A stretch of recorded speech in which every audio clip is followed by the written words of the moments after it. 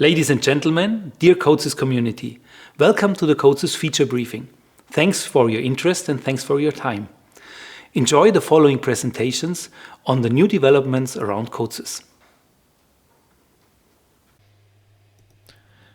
I would like to start by reminding you of the date of the next feature briefing, which will take place on October 21st. As always, this edition will be recorded and will be made available to you and your colleagues afterwards. The purpose of this event is to show you what we have released in recent months, what we are currently working on, and what we will be starting over approximately the next half year. If you have questions about the topics presented, you can send us an email at featurebriefing@codesys.com. Please always provide us with the context so that we know what you are referring to. We will either reply to you directly or get back to you within the next few days. Alternatively, you can also write to us during the event via the YouTube chat. However, this requires your own YouTube channel and is publicly visible. Here is the agenda with the start times. We begin with CODESYS version 3, our engineering system, and its various aspects, followed by a section on communication and application-related extensions, and finally the CODESYS automation server. The second part covers the runtime, including safety, then visualization, motion control, Fieldbuses, and lastly CODESYS Go, our new alternative programming system. A note on upcoming releases. Service Pack 22 is scheduled for next week. Throughout the year, patches for CODESYS Essentials will continue to be released. Currently planned are version 3.5, Service Pack 21 Patch 6 at the end of April, and Service Pack 22 Patch 1 at the end of May. Special patches and hotfixes, including for older versions, can be produced on customer request as a service. For our add-ons, there are numerous releases every month. We publish the schedule of upcoming new versions for each component on our website at the address shown. Here is a general note regarding information sources on our homepage. In addition to the release schedule just mentioned, you will also find the popular Feature and Improvements presentation, which showcases our product innovations in the form of a comprehensive presentation. There is also our roadmap in presentation form, information on the life cycle of our products, in particular upcoming end-of-life announcements, and the wrap-ups. As you may have noticed, since version Service Pack 19 Patch 4, there has been a user survey add-on, which, provided the user agrees, occasionally asks 3 questions about CODESYS. Now, after about 2 years, we have received numerous responses to our questions, which are extremely valuable to us.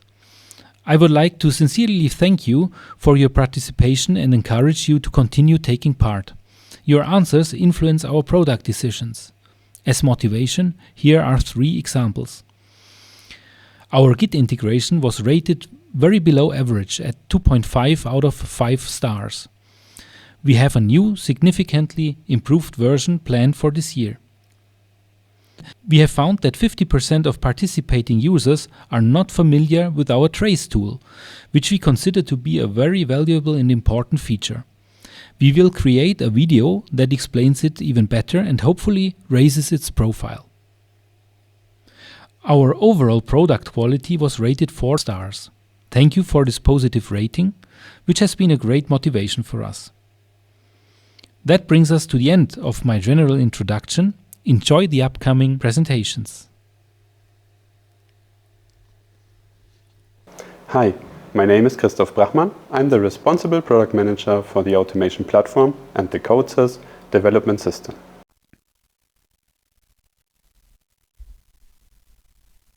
For the released CODESYS installer version 2.6, I want to show you 2 key changes.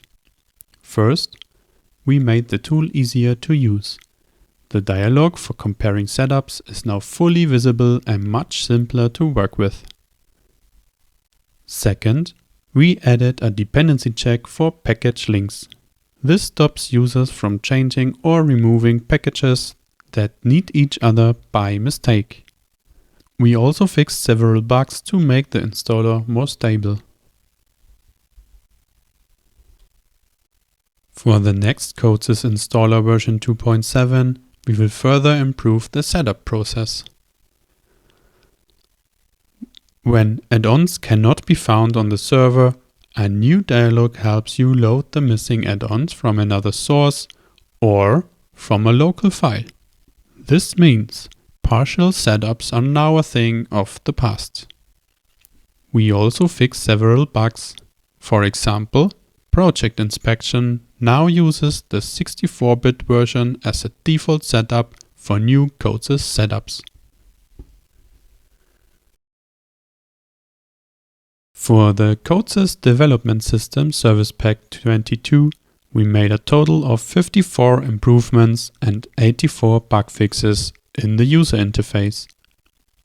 Today, I will show you the key points that make it much easier to commission your project or to do maintenance work. The login has been clearly improved. Only active editors go online now. The login to your controller is now much faster when you have a lot of editors open. Editors that were open during a session are restored the next time you go online, which makes fixing bugs in your projects easier. We also improved how devices are found during a scan. When you first plug in a device, it is now picked up more reliably and set up the right way. The import and export options for gateway settings are also part of this release. They help you set up your on-site system faster. For the next service pack SP23, we are again planning updates in several areas.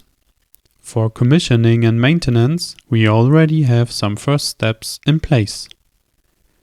First, we want to make the logout from a controller much faster when you work with large projects and many open editors.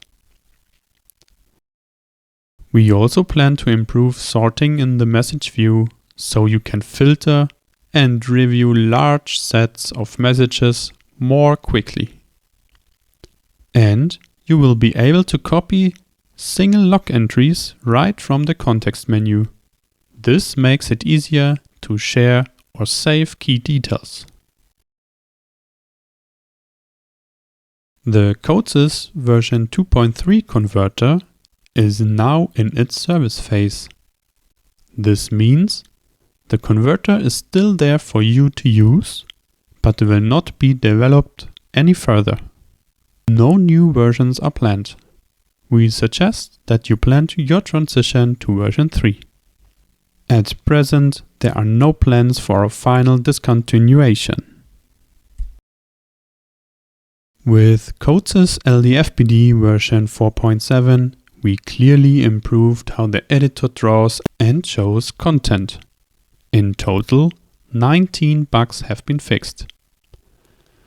With the CODESYS Security Agent version 1.5, we improve how you work with certificates.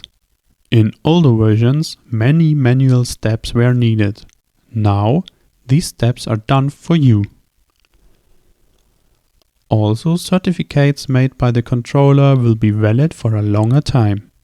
This makes managing certificates much easier. With CODESYS SFC version 4.5, we add a shortcut for sideways scrolling and fix several bugs.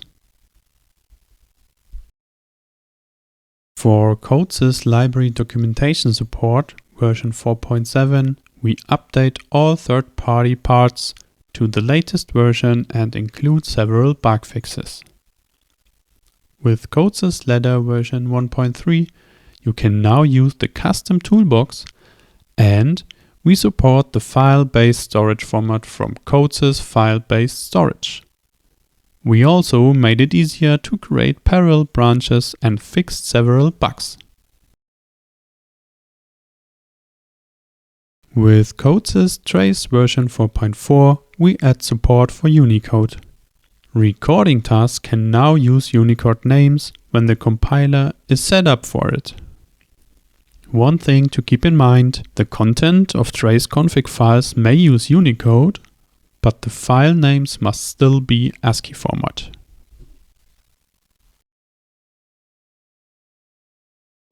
Hello, my name is Bernhard Reite, and as part of the product management team, my main focus is on the engineering products.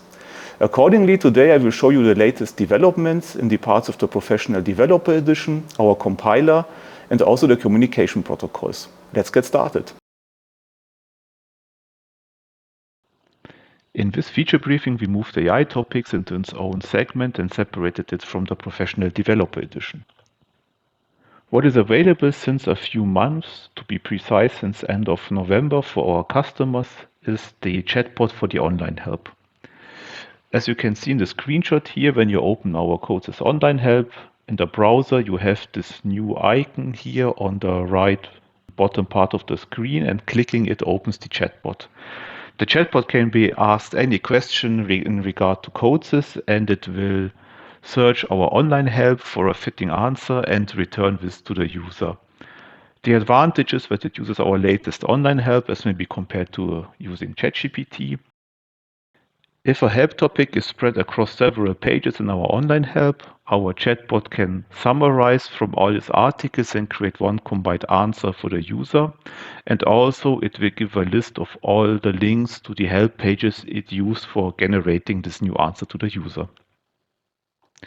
I can only recommend it to all our users to test this new chatbot feature, as you usually get a lot faster and a more detailed answer compared to using the search functionality of the help.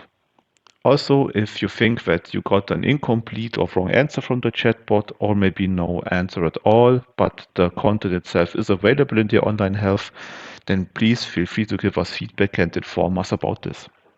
We will, of course, continuously try to improve the online help to give you better answers, but also investigate any issues the chatbot itself might have.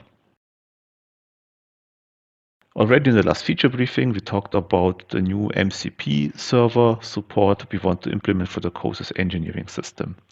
This basically gives an AI connecting by the standardized protocol the possibility to be kind of a co-assistant or co-pilot for the user, and allowing him to delegate work regarding a CODESYS project to the AI. This can be topics like getting information from the project, but also the AI is able to create new contents in the project based on these tools we provided, as you can see here in the screenshot, for example, creating POWs and data types. This new Model Context Protocol add-on will require Service Pack 22 and will be available by April when the Service Pack is released. This new add-on will require the PDE license, and all PDE licenses issued after the 1st of April will already include it automatically. In case you have a PDE license issued before that date, then please contact our sales team. They will provide you with an updated license which allows you to use this new add-on and feature. Also, we want to give our users the possibility to get more insights, demos, and ideas for how AI may be used and can be helpful in the context of CODESYS engineering. For this, we will stream 2 webinars in May, which will showcase the usage of the MCP server in the engineering system. And it will also show an example of how you can use AI to generate HTML5 elements for the CODESYS visualization. This is also a very cool and interesting use case, and I invite you all to join our webinars by using the link shown on this slide for the registration. That's all from the AI topics. Thanks for the attention.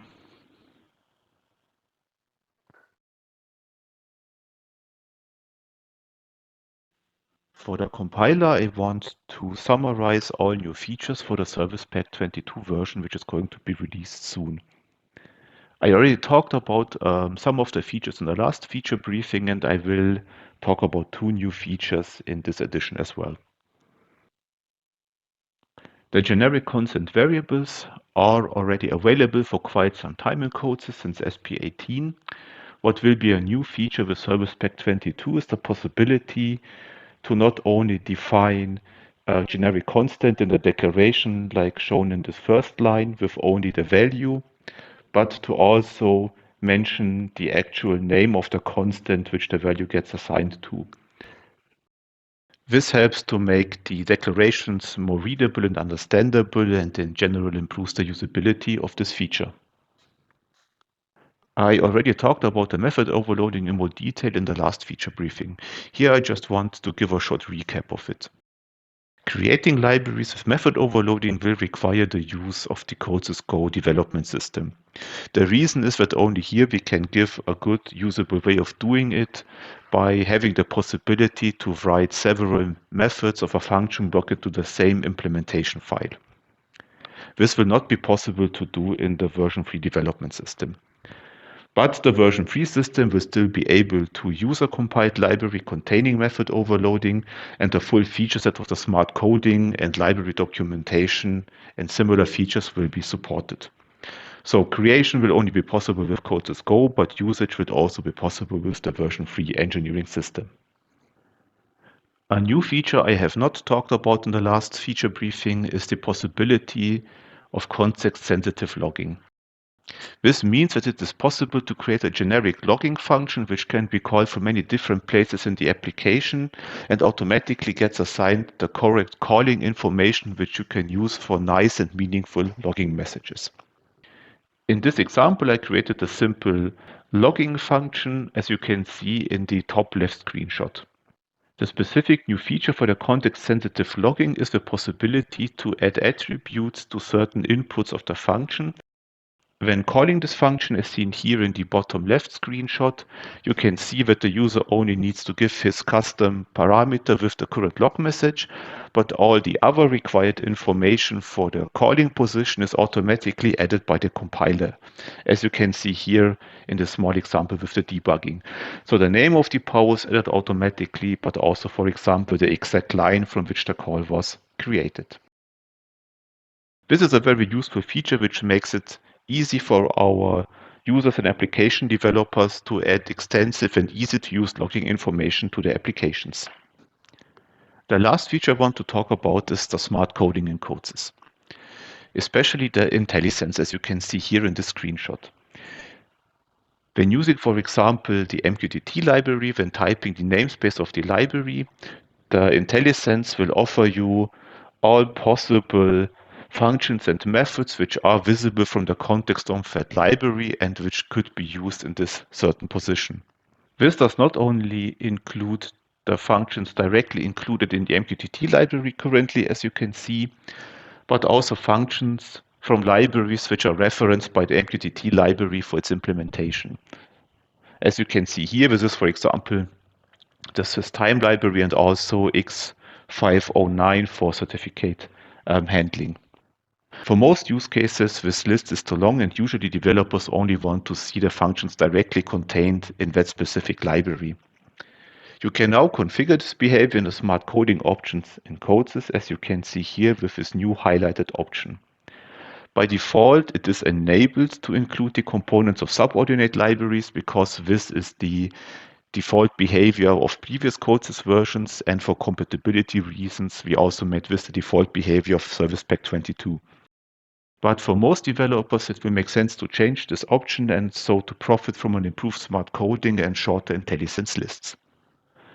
This was my overview of the Service Pack 22 features in the compiler. Thanks for the attention.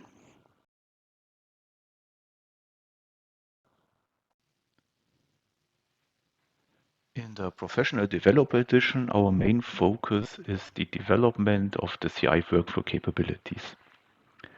So this means specifically the focus on usage of these add-ons in a CI pipeline like in GitLab, for example.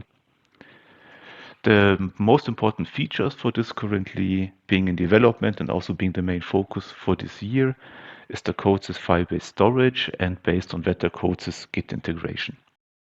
We are also continuing the development of the test manager to enable the usage of this tool in a no UI mode. So this means the possibility to start the test manager and execute tests also in a headless mode on a Windows machine.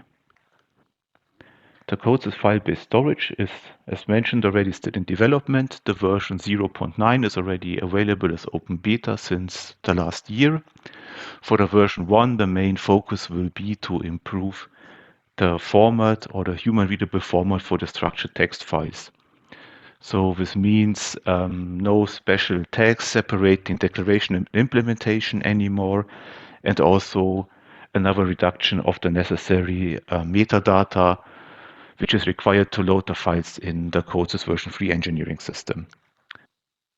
These changes will keep a structured text file as clean as possible and so improve the workflow when diffing and merging these files in external workflows and also in CODESYS, of course. The version 1.0 of the Fieldbus storage is scheduled for the second quarter of 2026, and it will require Service Pack 22 to be usable. We also decided to include a new read-only mode in the Fieldbus storage, which will not require a license from the user. So the idea here is that you have a mixed development where certain users or departments have a professional developer edition license in a company and other developers do not. So this means that developers with a license don't have to explicitly do conversion steps every time we want to give these projects to colleagues without the license, or can forget these conversion steps. But also developers without the license cannot simply open Fieldbus storage projects. They will not be able to edit those projects. As soon as they want to make changes, they need to convert the projects back to a .project format and continue working with that file. But it will be possible with this read-only version to also log into a device already running the application to do some maintenance and monitoring with it. Here it is also important to underline that the file-based storage formats for the CODESYS development system and CODESYS Go are not compatible with each other. So this is really two distinct storage formats. They have certain commonalities, especially in regards to when storing files with structured text, but for other object types and features in CODESYS, the storage format is different. So this means the project cannot be opened directly across the systems, but there will always be a certain conversion step necessary to open a project created in one system in the other system. Initially, the file-based storage focuses on making structured text files human readable and as clean as possible for our users. Other add-ons will not store their contents and objects in binary format though, but in a certain XML format, which is also contains a lot of metadata and is not really human readable. But here we will work step by step on the add-ons to improve the storage format in the file-based storage so that each add-on in the end hopefully gets a nice and human readable file in the file system. For this year, our focus will be improving it for the CODESYS visualization and the ladder add-ons. Based on the new file-based storage, we are also working on migrating our Git integration from the currently custom JSON format it uses to the new file-based storage.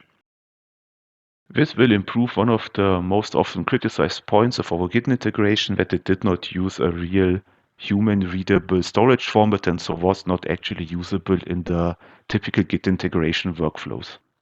Another big change is that CODESYS projects can now be part of larger Git repositories. In the version 1 branch of the Git add-on, it is required that one CODESYS project maps exactly to one Git repository. And also no other contents may be contained in this Git repository, really only the CODESYS project. But practically, this is of course a quite strict limitation, which in real-world projects is very difficult to actually keep and use it this way. So we will remove this limitation and allow, in general, all kinds of non-CODESYS contents to be also part of these repositories. Due to this severe changes to the complete repository content and layout, this will mean that the CODESYS version 2 add-on will not be compatible with repositories created in the version 1 of our Git integration add-on. And also due to the big differences in the file contents and also the file names and locations, there will be no migration strategy available to convert a version 1 repository to a version 2 repository. So when switching to Git version 2, basically a new repository has to be created and starts with a fresh history. This was my overview in the Professional Developer Edition. Thanks for the attention.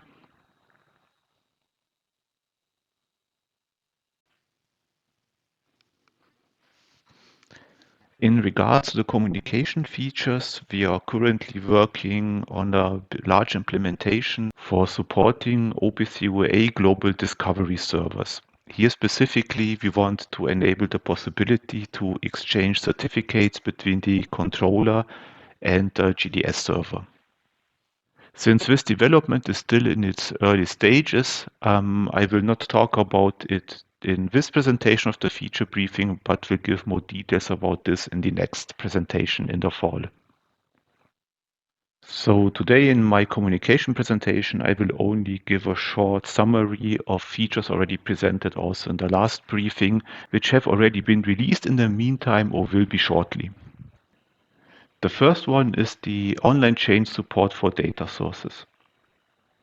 This allows the online change in the most common use cases, meaning that you can add and remove a data source in the project and apply this change to a running application by using an online change. In previous version, a download was required for this kind of operations. Doing detailed changes to the mappings of the variables in an existing data source is not supported by an online change though, so this still needs to be done with a download.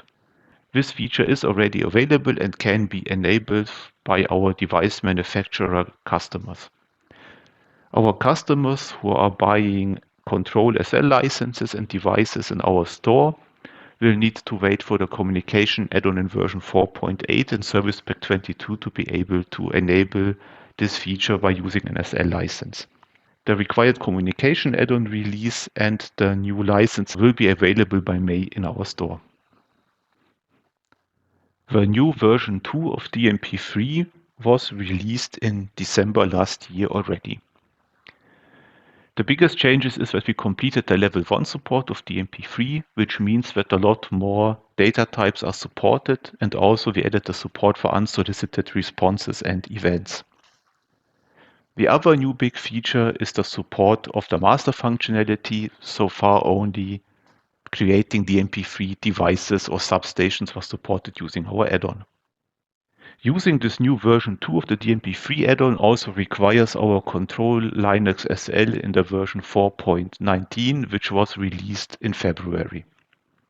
As this version 2 is a major release including a lot of new features, it was also necessary to make some smaller API changes to the existing libraries. This means that projects which created a substation already using our version 1 of the add-on will need slight adaptation and changes to be also compatible and compilable with the version 2 of the add-on. This mostly affects changes like renamed pause and enumeration types and constants. So no complete rework of the application is required, just probably some small refactoring. We are already at the end of the presentation for the communication features. Thank you for the attention. Hello, my name is Ulf Schünemann. I'm Product Manager of Application Products. Let us have a quick look at our latest innovations. The communication products of the application team are 3 library add-ons. They all received an update and they have now their proper place in the CODESYS online help in the new section Communication. The IIoT libraries in version 1.13 were released in December and they added support for binary data in HTTP, device-based authentication, an example for Azure Event Grid, and support of the library inspection and software metrics dialog. An outlook for version 1.14 in Q4 of this year will include multipart and form data in HTTP and new and optimized and modernized web client and JSON utilities libraries. The CODESYS OPC UA client API in version 1.3 was released in January and added support for timestamps. The CODESYS OPC UA PubSub in version 1.3 was released in October and added secure communication and listing in the software metrics dialog. Now our utilities. The CODESYS Web View is an Android app in the Google Play Store. It scans the local Wi-Fi network and the CODESYS automation server for CODESYS web visualizations and allows to display them. The new thing is that the documentation can now be found in the online help in the section of visualization. The CODESYS Sensor app is another utility, an Android app in the Google Play Store, which sends sensor data from the smartphone and speech recognition to the controller. It is now also contained in the online help together with an example. The store article will be deleted. The CODESYS control element libraries contains the library control loop, which is in the CODESYS store. It contains powerful and flexible function blocks for defining control loops, different controllers, PID, PI, PD, and so on, several integrators and differentiators, filters, standard transfer functions, and so on. It improves over the PID controller in the util library. The new thing is that they are now included in a new add-on, the CODESYS control element libraries, which will be released in May and then available in the installer, available for library download, and CODESYS online help. The store article will be deleted.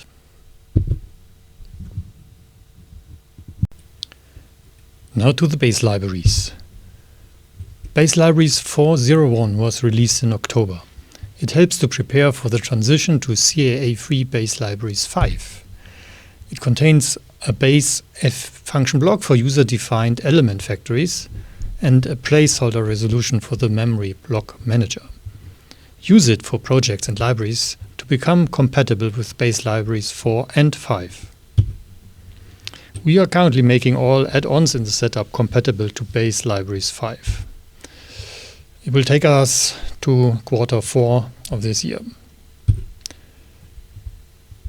Then we can release Base Libraries 5 with elements collection that replaces CAA list and tree without CAA FB factory. And there will be a new library file and dir which succeeds the CAA file library. In the meantime, in March, the service phase has begun for 7 CAA libraries. Do not use them in new projects. Use the base libraries instead. 1 year later, in March 27, the service phase will start for 3 more libraries, the list and tree, FB factory, and CAA file. From 2028 on, the add-ons will start becoming incompatible with Base Libraries 4. And then, finally, in March 2030, the CAA libraries will retire.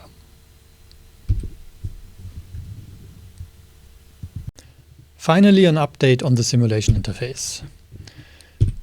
We asked you in the Feature Briefing 2023, what are your areas of most need for better support? And among others, 40% of you said you need support in simulating CODESYS-controlled machines. And we asked users last year, are you using machine simulation? 2/3 were not interested. A quarter said yes. And 7% said no, but they wanted better help in connecting controllers to a simulation.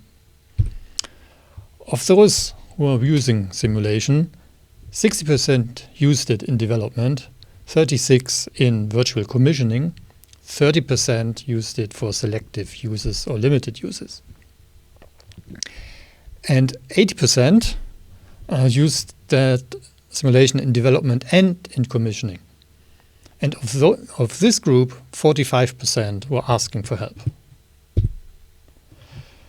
Therefore, we feel good to develop a product supporting connecting CODESYS controllers to machine simulations. The CODESYS simulation interface is an engineering add-on to make the connection easy. The pre-release started in May last year as a closed beta, and in June there will be finally the release. And CODESYS Training likes this so much that they are planning to augment their trainings by using machine simulations.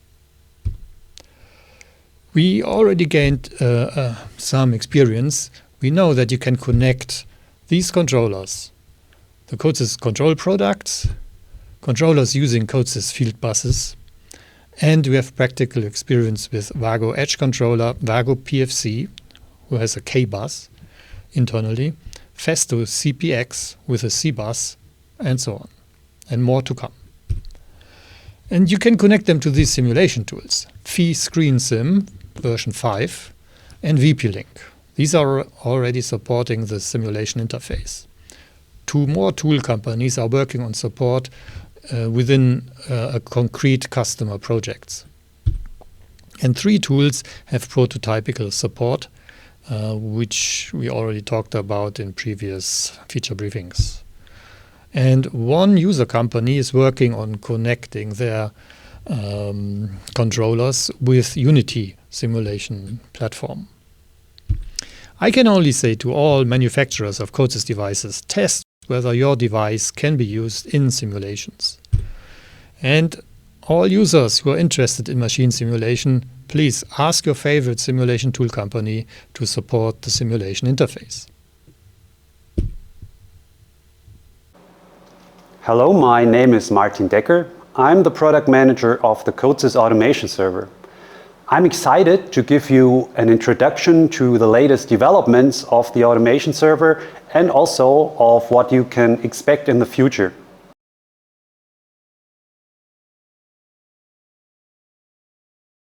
The first pre-release of the automation server on-prem has been available to you since fall 2025. Thanks to your feedback, technical developments and updates to the installation and operation documentation, we can now offer you an improved and still cost-free pre-release package. With the on-premises version, you can install and operate the automation server on your own infrastructure, meaning you are not explicitly reliant on an internet or cloud connection. This makes you completely independent of geopolitical circumstances and gives you complete control over your data. With the pre-release package of the automation server on-prem, we provide you with all the necessary components so that you can successfully run the automation server on your own systems. Just contact us at sales@codesys.com for the free test version or if you have any further questions. Also, take a look at the last CODESYS feature briefing from fall 2025. There you will find additional information on the pre-release. Back then, the business model of the automation server on-prem had not yet been finalized. However, that has since changed, which is why I would like to present the intentionally kept simple business model to you today. It is based on the number of PLCs that can be connected to the automation server. The cost per PLC per month is around €2.49. The whole thing runs as an annual subscription, and the smallest package is 25 PLCs, which is the minimum number that has to be booked. This means that the annual cost is €749 for a total of 25 PLCs, which of course includes security and feature updates. There are no additional costs for the automation server on-prem. During the year, additional bookings can be made flexibly, with the respective costs then being calculated on a pro rata basis according to the remaining term. A brief example. In the beginning of the year, 45 controllers are to be connected to the automation server. This requires 225 packages, which are booked for the entire year. After 3 months, 80 additional PLCs are to be connected. This requires another 325 packages. 5 controllers are still available in the original packages. First, the term of these 3 packages will be aligned with that of the original 2, so that all packages run until the same date. Second, The cost will also be calculated on a pro rata basis at 3/4. This means that a total of 125 PLCs can be connected to the automation server for a good €3,000. A new feature that was announced in the last feature briefing and has now been released is the second part of the file management. This gives the automation server its own central file system in which any files, such as plant or machine documentation or configuration files, can be stored. In addition, you can easily transfer files between the central file storage and your controllers and vice versa, of course. That way, important data is always available to you and everyone who needs it in one place. And of course, the automation server's comprehensive user and permissions management makes sure your data is well protected. At the same time, using the feature is particularly convenient as you don't need to install any additional software or rely on specific operating systems. You can simply work in your browser. You can find this feature in the side menu of your automation server. The left part of the split view shows the central file system of the automation server and allows you to create folder structures, upload or download files, delete files, or edit permissions. The right-hand side gives you access to the file system of your PLCs. This allows you to transfer data directly to your PLCs or from PLCs to the automation server. With the next release of the automation server, we will make this feature even more useful. In particular, you will then be able to not only deploy plain applications to PLCs, but also select additional files to be deployed together with an application, such as recipes or configuration files. Furthermore, you will also have the possibility to transfer multiple files to multiple PLCs simultaneously and to move files and folders directly. The great thing about this is that the new functionalities will be seamlessly integrated into the existing interfaces and dialogues, allowing you to continue to use the automation server intuitively. Another new feature that has already been released is proving particularly helpful in the CODESYS development system. If you have connected several edge gateways in your automation server or automation servers, which may also have names that are difficult to distinguish, it quickly becomes cumbersome and confusing to select the desired edge gateways in the narrow drop-down menu here. Starting with the automation server connector version 1.3800, you can use a new dialog, which is accessible in the communication settings via the shortcut Ctrl-Shift-G. There you can synchronize the edge gateways of all your tenants, search for them directly, or sort the individual table columns. Simply select an edge gateway here in the dialog box to transfer it directly to the communication settings here. This makes it easy to keep track of your edge gateways and make quick selection. Finally, let's take a look at two new features you can expect in the upcoming release. In addition to remote access to your controller's logs, you will also be able to access the logs of your edge gateways. This will allow you to narrow down and solve emerging problems even faster and more efficiently. The second new feature: if you have enabled encrypted communication between PLCs and edge gateways, you can have new certificates automatically transferred to the corresponding edge gateways when renewing the associated certificates on your PLCs.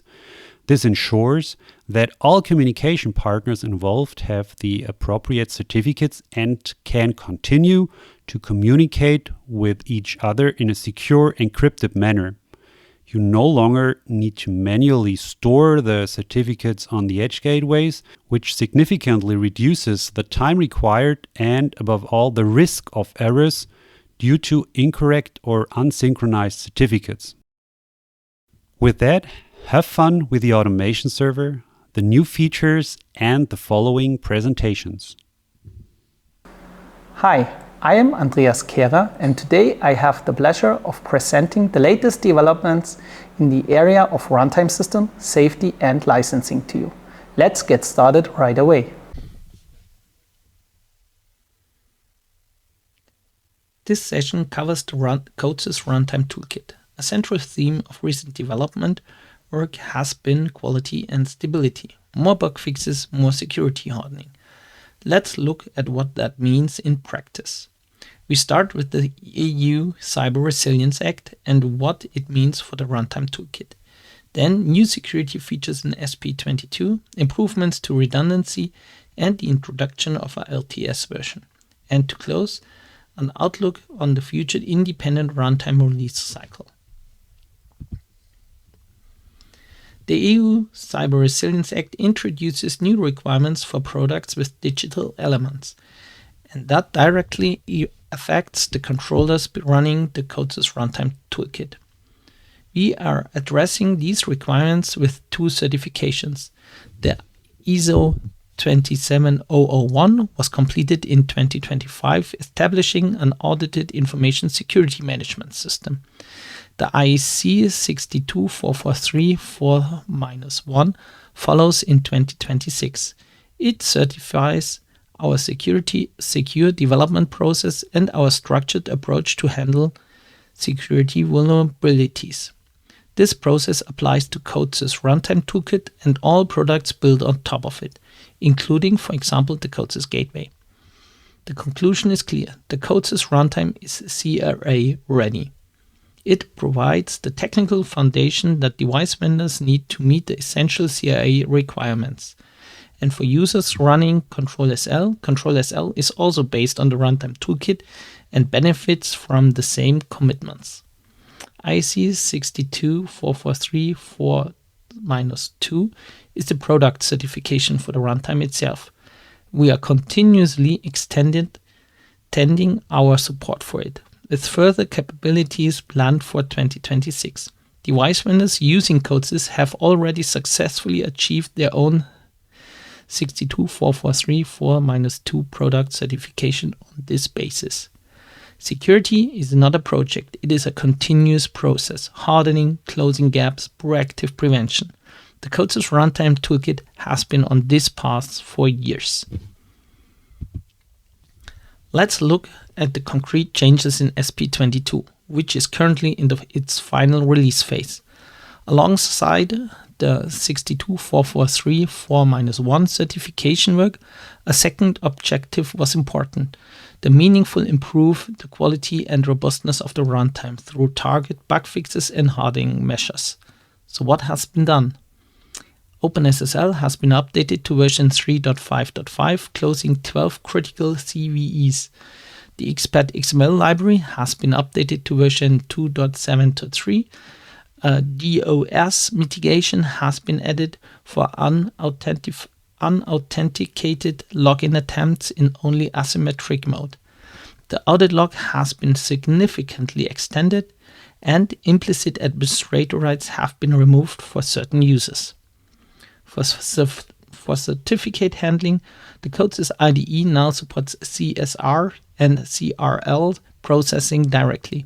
A full certificate chain can now also be transmitted in TLS context. Looking ahead to 2026, the focus will be on automated certificate rollout over secure protocols. We are evaluating different options here. One example would be via an OPC UA Global Discovery Server, or GDS for short. For everyone working toward IEC 62443-4-2 compliance, these changes are directly relevant. Also in SP22, significant stability improvements for redundancy. The redundancy protocol is now more resilient against TCP retransmission.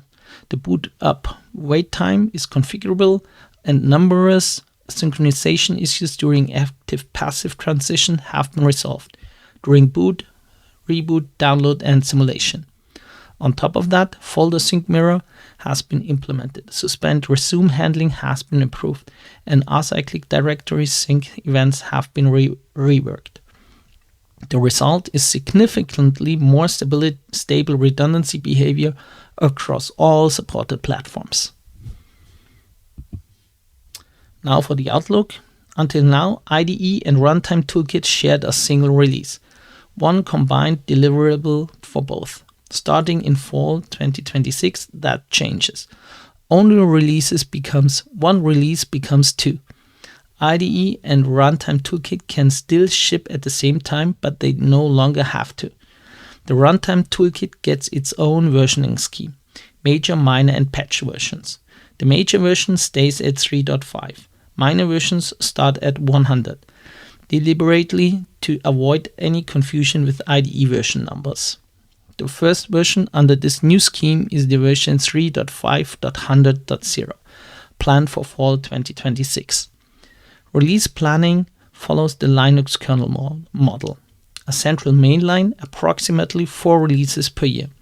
Release dates are fixed, but which features make it into a release can shift if a development is not completed by code close. Each release contains epics, improvements, bug fixes, and security fixes. A minor version reaches end of life when the next minor version is released. For device vendors, this brings more flexibility. Runtime updates can be planned independently of the IDE release cycles, and cross-compatibility testing between runtime and IDE versions will be systematically expanded. Closely linked to the new release cycle is the introduction of long-term support versions, or short LTS, for the Runtime Toolkit. And the first LTS version is already confirmed, CODESYS version 3.5 SB22, the version that is currently in its release phase. So what does LTS mean in practice? A new LTS version comes out approximately every 3 years and is supported for 6 years. Now, no new features, only security fixes and critical bug fixes. And unlike the mainline, an LTS version is not tied to a fixed date. It is declared when the planned scope is completed and major. So which minor version become an LTS is only decided once all planned work is done. Why have this distinction between a mainline at all? It comes down to risk management. One important point up front, security vulnerabilities are fixed automatically on both the mainline and all active LTS versions. That commitment is exactly the same for both. The difference lies elsewhere. In an LTS version, changes are few and small. That minimizes residual risk. On the mainline, new functions and new features are continuously added. Even with extensive testing, each new feature carries some residual risk that an incompatible change could slip through. That would be a bug and would be fixed. But for device vendors who need maximum stability, that residual risk matters. On protocol support, KNX, BACnet, and DMP3 are not included in LTS version. Those decks are not maintained in LTS versions by their respective supplier, so we cannot provide long-term coverage for these dependencies in an LTS line. OPC UA is a different story. It is included. Since OPC UA is business critical for many users, we are prepared to take over maintenance of the OPC UA stack ourselves if needed, even if an external LTS version reaches its end of line. One final note, nothing changes for Control SL users. Control SL stays on mainline development. If you need long-term planning stability with minimal residual risk, LTS is the right choice. If you want the latest features, mainline.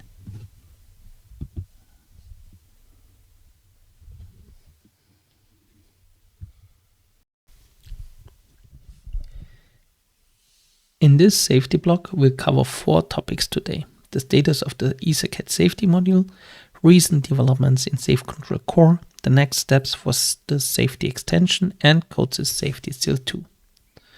Let's start with the EtherCAT safety module. The EtherCAT safety module is entering its service phase. What does this mean in practice? The backup AX8000 drive will not support it with ESM, not now and not in future versions. We know that some of you have AX8000 drives planned to use in the field. That's why we are working on a workaround to enable operation of the drive together with CODESYS. Additional, the bug fix release 4.5.0.0 is scheduled for this summer. This release includes important stability and performance improvements, particularly for larger projects. We've addressed issues by projects with extensive process images or a high number of ESM devices experienced the UI responsiveness problems in the online mode. In the medium term, we are working towards replacing ESM with the CODESYS Virtual Safe Controller Cell. We are implementing twin-safe logic compatible function blocks to make this migration as smooth as possible. Let's come to the Safe Control Core. Safe Control Core is our certified safety PLC implemented purely in software. It serves as the foundation for the CODESYS Virtual Safe Controller Cell, but is also available as a toolkit for device vendors who want to integrate safety functionality directly into their own CODESYS-based platform. Here's a short overview of the key enhancement. We now support the FSOE Master Protocol. This allows Safe Control Core-based PLCs to act as FSOE masters. With the ARM support, we are significantly expanding the hardware base. We are planning to support ARM-based devices by summer 2026. I'd particularly like to highlight the external power interface as the next step. Device vendors can integrate their own externally compiled SIL3 compliant function blocks. These are dynamically loaded and can be certified by the TUV independently from the runtime system. Further ahead, we are planning Profi-Safe device functionality and a local time provider. The time provider will then be able to run locally on the target hardware without an external time source. This significantly reduces hardware requirements. Let's come to the safety extension. With the safety extension, we focus on workflow improvements for the day-to-day safety development. This includes Git support. Safety projects can then be fully integrated into a Git-based workflow. We plan to support signed and compiled libraries. This enables secure distribution and validation of safety libraries and the support of internal libraries. This would simplify the reuse within another safety project. These features are planned for the safety extension version 4.5.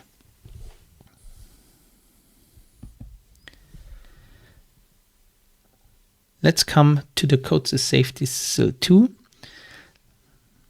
Let me share here some important news. The current release is based on Service Pack 22.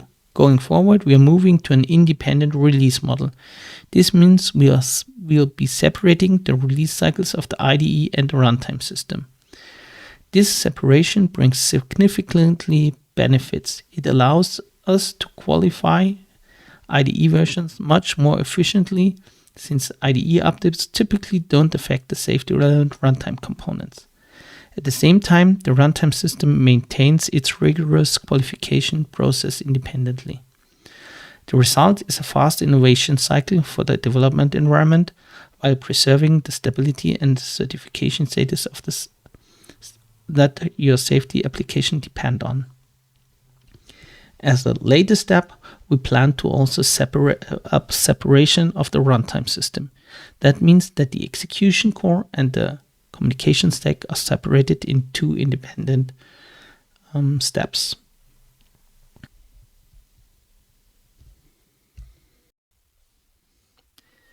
In this part on CODESYS licensing, we cover 4 topics: our licensing technology based on Vibus Systems CodeMeter, the new CODESYS license portal, emergency licenses for network licenses, and updates to the application-based licensing model. All licensing for industrial controllers is based on CodeMeter technology from Fieldbus Systems, an established provider in industrial software protection, headquartered in Karlsruhe, Germany.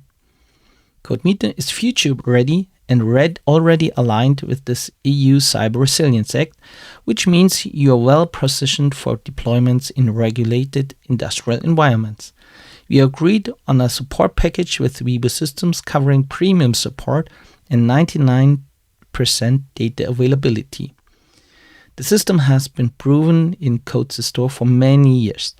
If you'd like to dig into the technical details, we also provide a white paper which is available on request.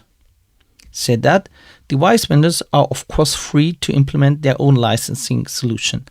The requirement is just that it is a state-of-the-art licensing mechanism and supports per-device licensing. CodeMeter is a recommendation, but it is not a constraint. The new CODESYS license portal will replace the existing CODESYS license depot.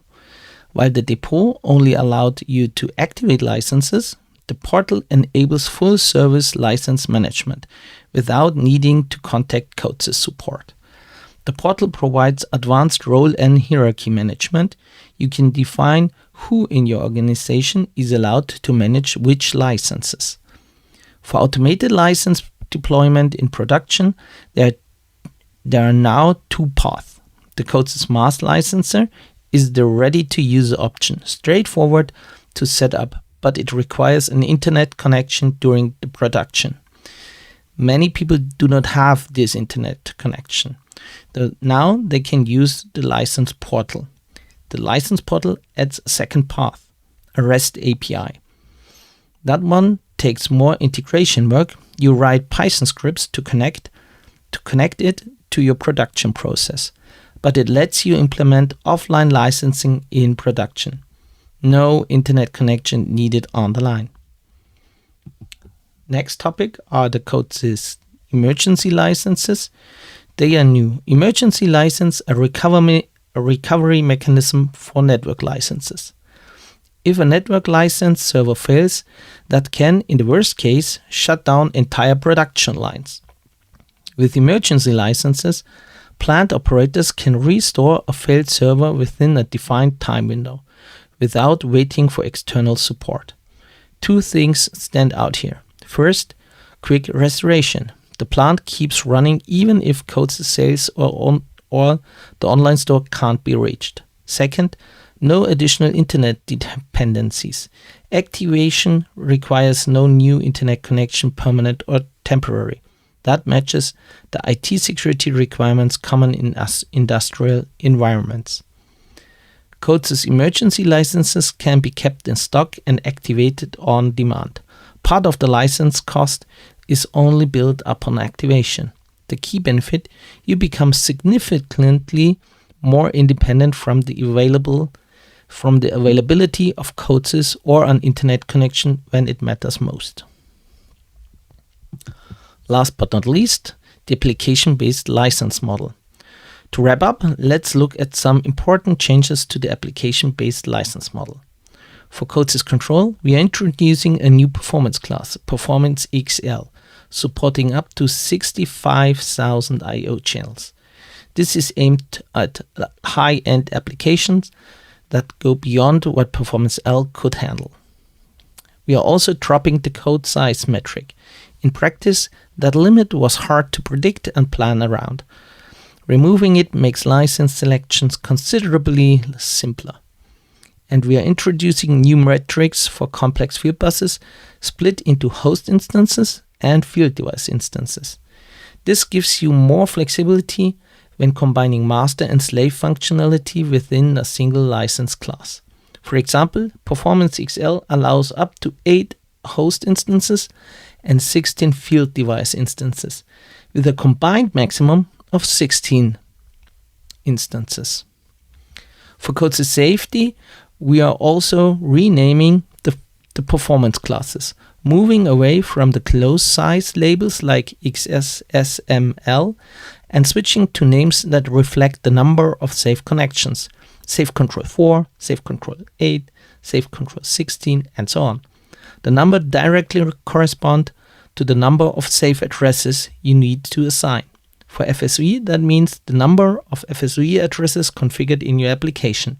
That makes sizing a lot more self-explanatory.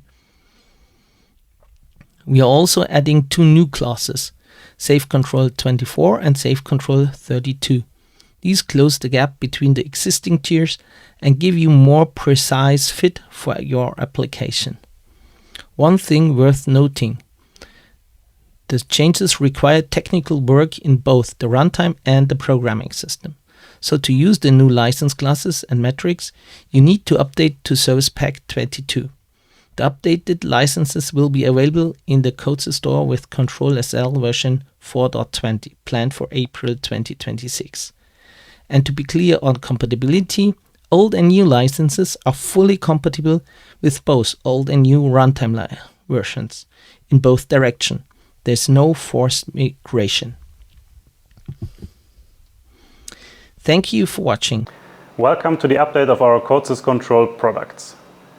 These are our user-focused runtime systems. My name is Dominik Vögel and I'm the responsible product manager. Let's get right into it.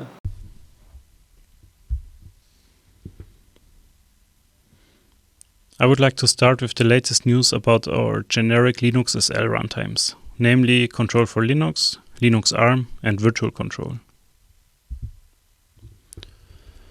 We have standardized the peripheral functions previously tied to the Raspberry Pi. I2C, SPI, OneWire, and GPIO are now available in all Linux-based SL runtimes thanks to new generic peripheral libraries and revised device descriptions. This eliminates code duplication, simplifies maintenance, and allows users to use the same hardware functions on any Linux target. The generic peripherals package has been available since version 4.19, which was released in February. We are also working on offering our virtual control and virtual safe control in an additional variant based on Red Hat's universal base image. In addition, we want to increase the security of our generic Linux runtimes. In the future, these runtime systems will no longer have universal root privileges. There are also innovations in terms of Fieldbus performance. We enable the use of XDP for Profinet and Ethercat communication on x86-based systems. These features will be available with the release of version 4.21, which is scheduled for the end of April. In addition, we will be releasing version 4.20 in the coming days, which will focus on improvements to our redundancy solution. Let's move on to our hardware-independent SIL-free safety solution, the Virtual Safe Control. Previously, our solution supported Profinet and ProfiSafe, but now it can also work with Ethercat and FSOE. The functionality of the time provider has been improved. You benefit from increased robustness, new debugging features, and possible redundant setups. We have also implemented an external FB interface that allows independently certified function blocks to be integrated. The deploy tool also offers the option of controlling priorities and core pinning for virtual safety. These features have already been released and have been available since February in version 4.19. We are currently working on supporting ARM-based systems through the virtual safety. The release is scheduled for the third quarter of this year.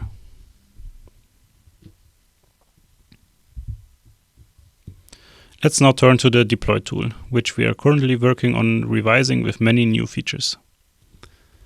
Firstly, the tool supports multi-select now, allowing you to edit multiple instances simultaneously or perform actions in parallel. In addition, multiple tabs can be opened in parallel, handy when working with different targets or comparing configurations. For example, you could configure the time provider in one tab and the associated virtual safe control in another at the same time. Another important point is the connection profiles. Connections can now be saved and reused directly, similar to tools such as PuTTY. In addition, we now also support the CODESYS password manager in our dialog. When searching for devices, the tool now also displays host names, which significantly speeds up the identification of devices found. We also have noticeably improved performance when connecting and updating. The tool now responds much faster and feels smoother overall. A few other minor points that will be included. In addition to restarting the device, we can also trigger a shutdown now. A function for flashing the selected network port has been added, and Docker or Podman networks can be managed. We will release these features with version 4.21 at the end of April.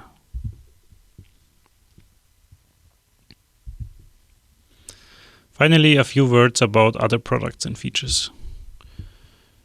We are working on new PLC shell commands to support our users. Firstly, we want to offer a command that can be used to test the optimization of the system in terms of real-time properties. In addition, there will be a PLC shell command that automatically generates a complete report with information about the application, performance of the system, versions used, etc. This report will enable our support team to respond to inquiries as quickly as possible. We plan to release this with version 4.21 or 4.22. Furthermore, a joint package with Weidenmüller is currently in development. We will provide a runtime specifically for UOS devices. We are currently planning to release this in the second quarter of this year. There are also new features for our Windows-based runtimes. With the upcoming release of version SP22, we will publish an Ethernet driver for the EC1000, as well as improvements to the jitter behavior when using EtherCAT with the RTE. In addition, 32-bit support for the RTE will be discontinued on December 31, 2026. That's it for the new features in Runtime SL. Thank you for listening and see you next time. Hello, my name is Stefan Ambros. As product manager for the visualization products, I'm pleased to show you the new developments in this area today. New visualization elements will be released with versions SP22 and CODESYS Visualization 4.10. The Qt Media Player is available for Target Visu to play camera, video and audio streams. The donut gauge or round slider is a very common widget for displaying and entering values. The third element I would like to introduce to you is a donut chart, which can be used to display the relationship between several values. The Qt Media Player can be used for Target Visu Legacy and also for the new Qt Quick-based Target Visu overlay, and will be part in the runtime in version Service Pack 22. With the overlay version, additional elements can be overlaid on the camera image. This functionality can be used under Windows and Linux. The Qt Media Player can play many different media formats. Videos can be started and stopped. In addition, a video can also be started at a specific point. After the release of Service Pack 22, we will provide an example of how the media player can be used within the visualization. The requirements can be found in the documentation. A runtime in version Service Pack 22 and a Qt5 version greater than 5.15 or Qt6 are required. The multimedia packet and GStreamer must be installed in the Qt installation. The next element is a donut gauge for displaying a value and the round slider, which can be used to change the displayed value.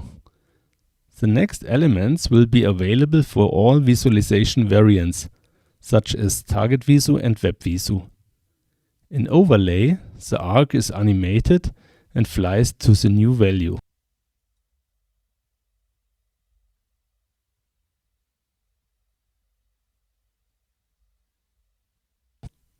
round sliders mimic physical buttons and knobs, making them easy and intuitive to use in various applications. The design and orientation can be configured via the element's properties and also customized via the visualization style. An image and text describing the value can be displayed optionally. Now let's move on to the donut chart. This element is very useful when few values need to be displayed graphically in relation to each other. Ideal for 3 or 7 categories, as data is presented clearly without overwhelming the viewer. An optional legend can be used to display the values for the labels and colors. In overlay, the new values are applied with animation.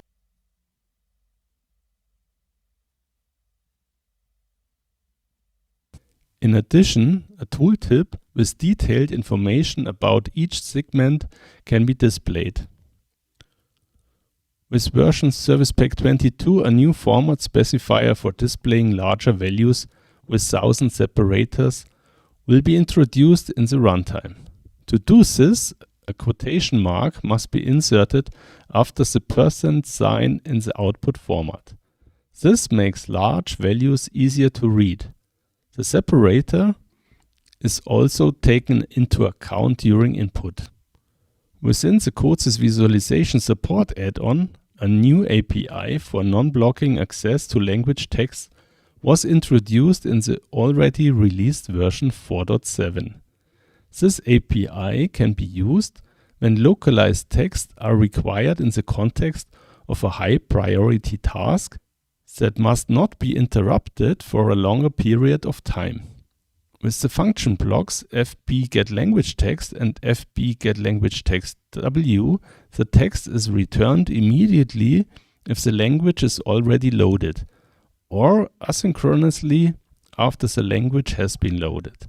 The non-blocking functions deliver the text immediately or must be called again if the texts are not yet available. These were the new features from the visualization and visualization support area. Thank you for your interest. Welcome to the update from the CODESYS of Motion team. My name is Henrik Börz and I am excited to present you the latest developments. Today I am going to show you the new features in CODESYS of Motion 4.20. I'll also give you a preview of what you can expect in the next version. With CODESYS of Motion 4.21, you'll get improvements to distance-based ramp-in. With this method, a movement only starts once the master axis reaches a defined start position. What's new is the abort while waiting input. This allows you to cancel a planned movement while the system is still waiting for the ramp-in to begin. Another new feature is the function block SMC CAMIN estimate ramp-in dist dynamics. This function block estimates the axis dynamics during the distance-based ramp-in for an existing cam. It calculates the minimum and maximum values for velocity, acceleration and jerk, all for a constant master velocity. Next, let's take a look at an easy way to execute your own position profiles. In some applications, it's crucial how you reach the target position. This path can be defined using a position profile. The diagram shows an example where the axis position is defined for every point in time. Up to now, there were two options for this task: MC Position Profile and MC CAMIN. However, MC Position Profile has several disadvantages compared to MC CAMIN, and therefore we no longer recommend using it. The only real advantage is that it is simpler to handle, since MC CAMIN requires two axes. We are now providing a solution with the new function block SMC Cam Profile, available in CODESYS of Motion 4.21. You only need a single axis, and the position profile can be created as a CAM either in the CODESYS IDE or during runtime using the CAM builder. Let's move on and take a look at what's new in robotics. With SoftMotion 420, we added a new transition mode. Let's start with a simple example. We have two movements, a red one and a blue one. Between them, the robot comes to a complete standstill. But often, a smooth transition is desired, where the robot continues directly into the next movement. Let's look at the distance-based possibilities for this. First, we have the distance-based blending in Cartesian space. In this example, the robot moves in the X and Y directions. The blending distance is defined using the function block SMC corner distance. It determines the points where the blending starts and ends. This mode works for all kinematic axes, meaning all axes with a spatial relevance. Since CODESYS SoftMotion 419, we've supported additional axes. These are axes that are not mechanically coupled to the kinematics and therefore have no spatial meaning. A typical example is a tool axis. Because of this, Cartesian blending cannot be used for pure additional axis movements.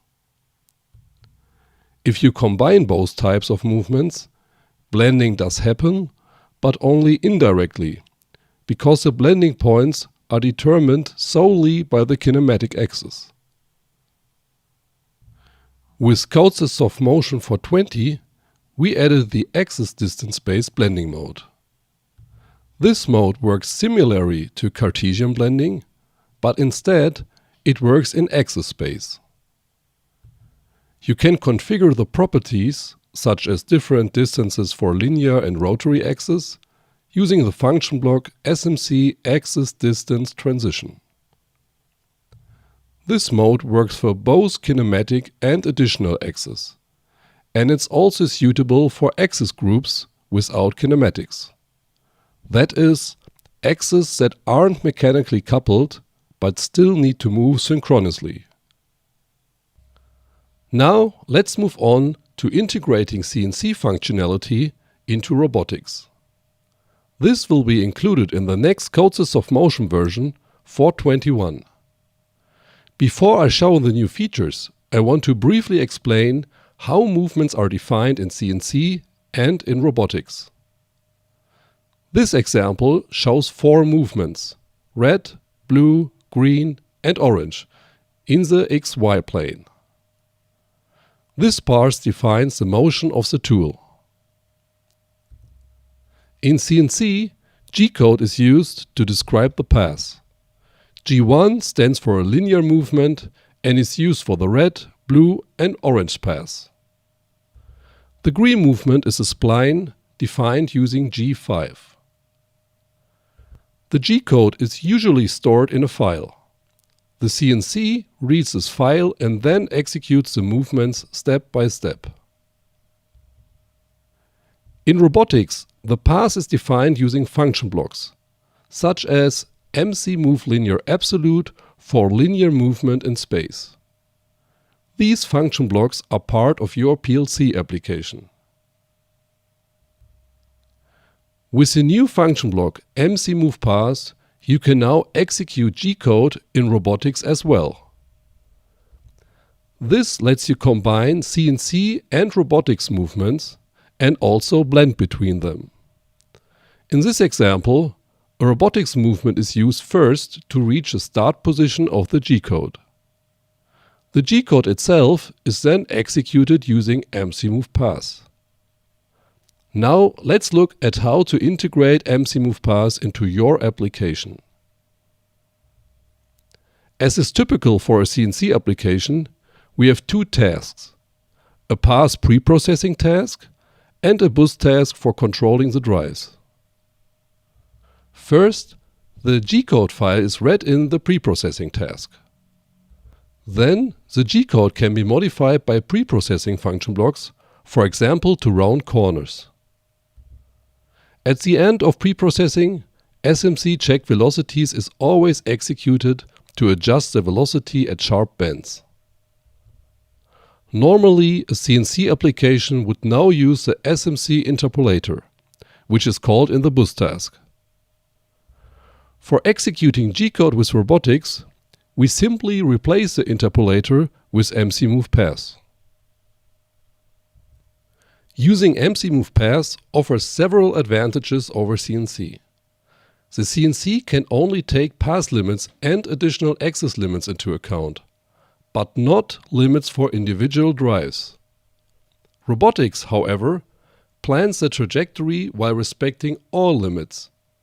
That means it considers both the limits of the individual drives and the pass limits.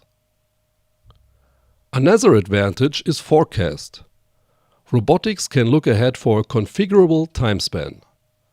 This is especially useful for switching points, the so-called H functions in G-code.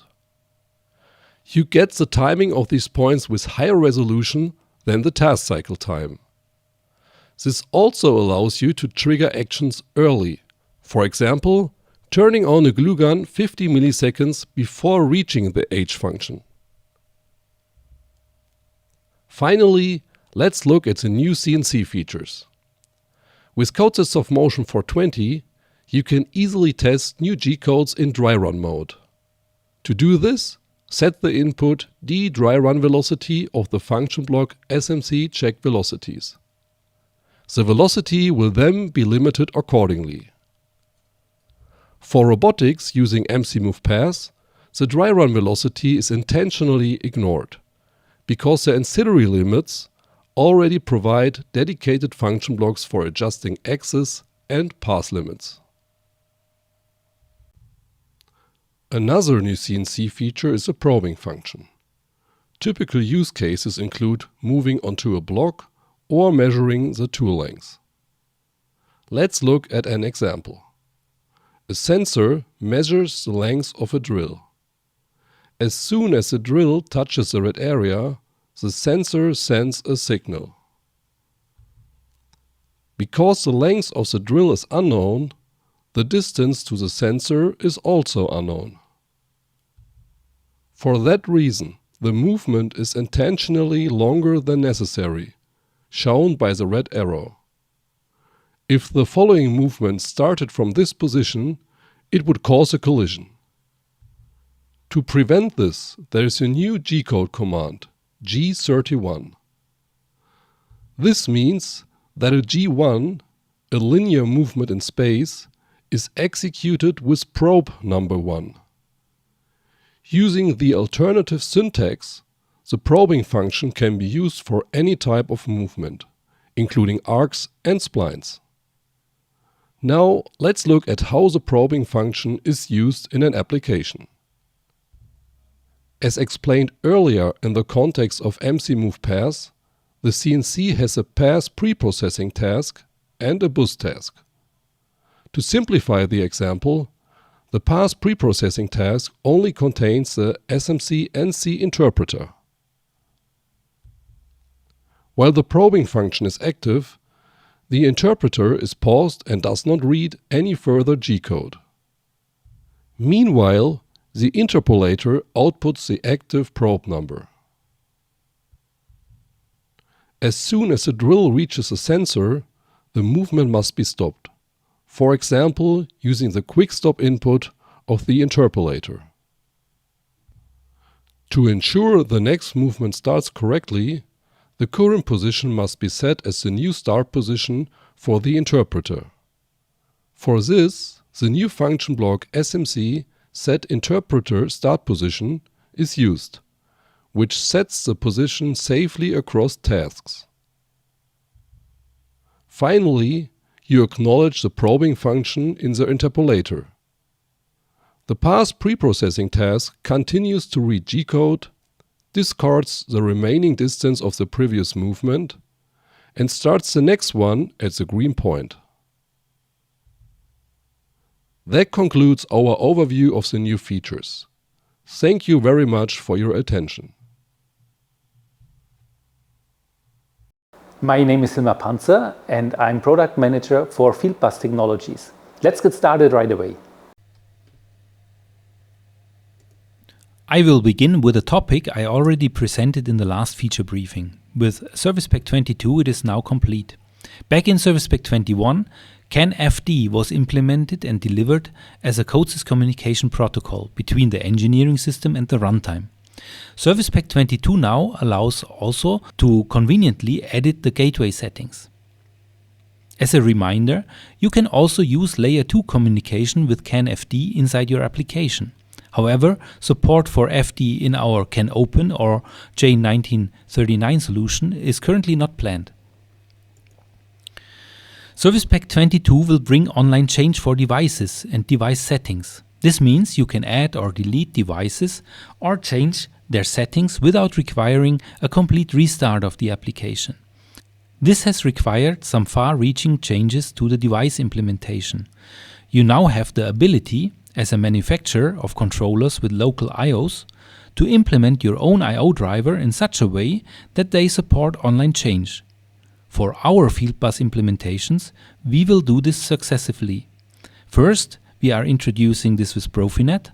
Modbus is expected to follow towards the end of the year. Please note that this feature requires a new license, CODESYS Online Change Configuration, available in the CODESYS store. CODESYS Service Pack 22 also contains several further improvements in the context of devices. I would like to mention the ability to install device descriptions such as GSDML, EDS or ASI files in bulk when they are provided together in a zip file, as manufacturers often deliver them. This saves you the manual step of extracting the archive. Now to Profinet. In January, we produced a patch version 4.7.2, which fixes an internal installation error and contains no other changes. The next major Profinet version, 4.8, is planned for May. It contains some interesting new features. As already mentioned, it will support dynamic reconfiguration and the new device online change function. In detail, this works as follows. Newly added Profinet devices are added to the network without affecting existing connections. In the case of changes to the device settings, the device is reparameterized during ongoing operation. For changes to the module configuration, that means when modules are added or removed, we use, provided the device supports it, dynamic reconfiguration. That means that a second connection with a new configuration is established during ongoing operation, and the Profinet controller then switches to the new configuration without any communication drop. For devices that do not support this, the existing connection for the modified device is disconnected and re-established. We also support the new GSDML specification 2.46. A further improvement was made for devices for which multiple versions of the device description are installed. When the Show All Versions option is disabled, only the most recent version is displayed. Starting from Service Pack 22, our runtime provides a new interface that allows multiple frames to be exchanged with the driver layer within one cycle. This brings a major benefit for Profinet, since the controller exchanges with each device its own Ethernet telegram. Now, we only need to call this interface once and can hand over or receive all frames of this cycle. This saves significant execution time, which has a particularly positive effect on less powerful hardware. This version will also provide the topology editor, which gives a graphical overview of the network. This includes not only I/O devices, but also infrastructure devices such as switches and a representation of the Ethernet ports. With a network scan, you can build an initial view with all discovered devices. A later version will add an online mode in which the states of devices and connections are displayed.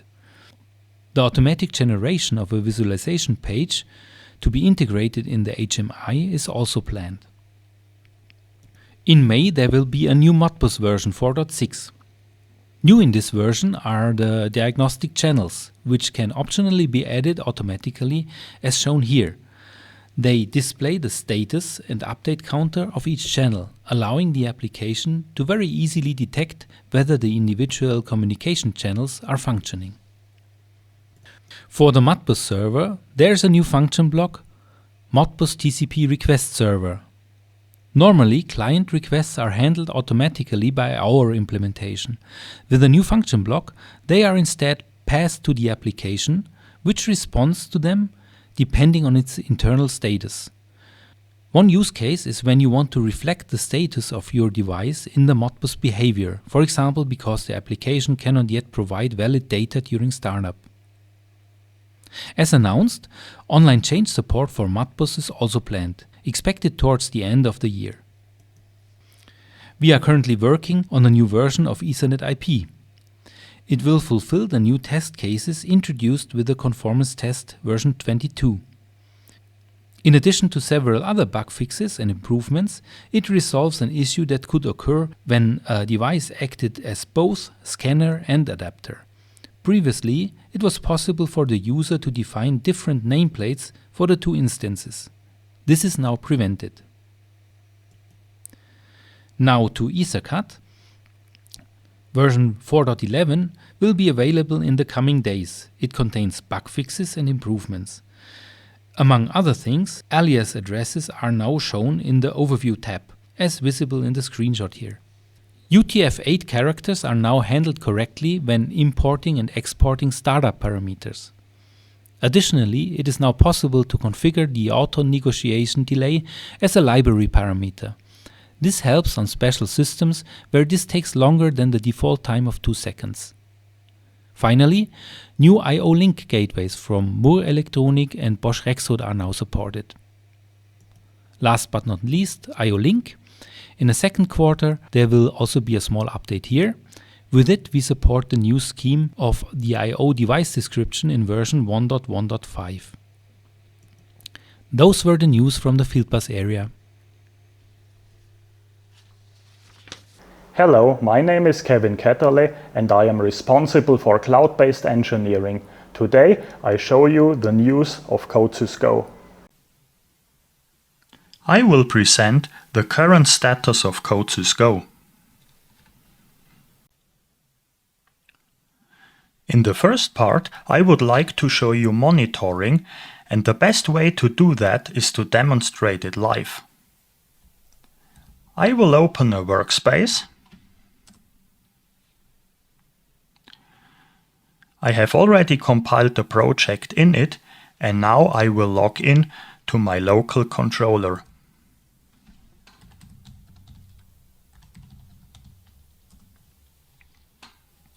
You will see that the program editor switches to online mode and inline values can be monitored.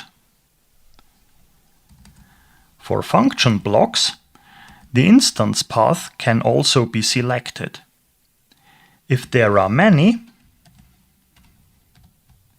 the selection can be quickly narrowed down by keyboard input. In addition, the proven watchlist is available, in which you can freely enter any expressions.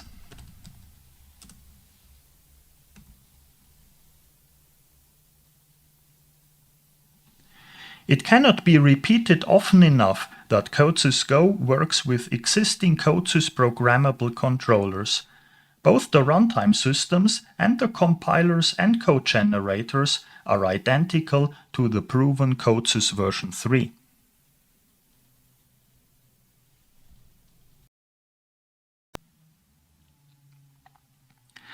This also applies to the Fieldbus stacks. We have made great progress in implementing the first Fieldbus configurator, namely Modbus TCP. I have taken some screenshots of the interface, the client configuration, the setup of channels, the I/O mapping, and the server configuration. You will recognize the operating concept from CODESYS version 3. And here too, we live up to the claim that CODESYS projects can be edited not only via the user interface, but also directly in the files themselves. The next image shows a letter editor, which has also undergone significant improvements. You will notice the visual similarity to its CODESYS version 3 counterpart. This is because both generations are based on the same code base. In the case of CODESYS Go, the data model of a ladder block is rendered using SVGs, which enables clear display at all screen resolutions and is theme capable, with dark mode as a primary example. A great deal of work has gone into this foundational development, enabling the implementation of the basic operating concept with selection, drag and drop, menu and keyboard navigation, along with the relevant editing commands. The current version still lacks some essential features, such as inline display of messages, IntelliSense and online mode. The first release of CODESYS Go is coming soon, and I would like to use the version number to explain what you can expect from this version. Specifically, we considered whether to call this version 0.1 to indicate that the range of functions is still very limited and many real-world applications cannot yet be implemented.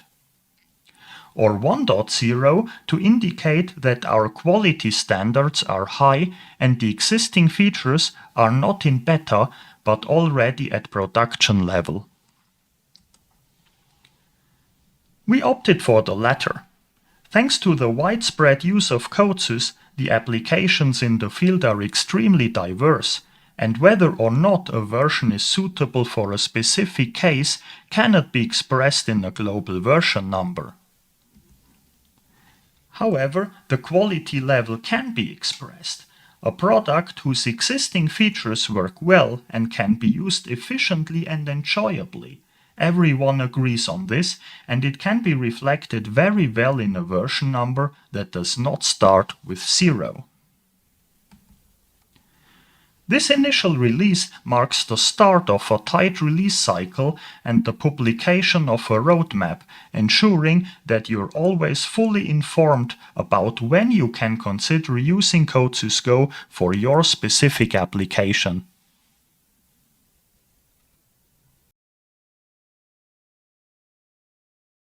That brings us to the end of this CODESYS feature briefing. Thanks for your participation. Enjoy the new features. We are looking forward to seeing you at the next CODESYS feature briefing. Have a good time.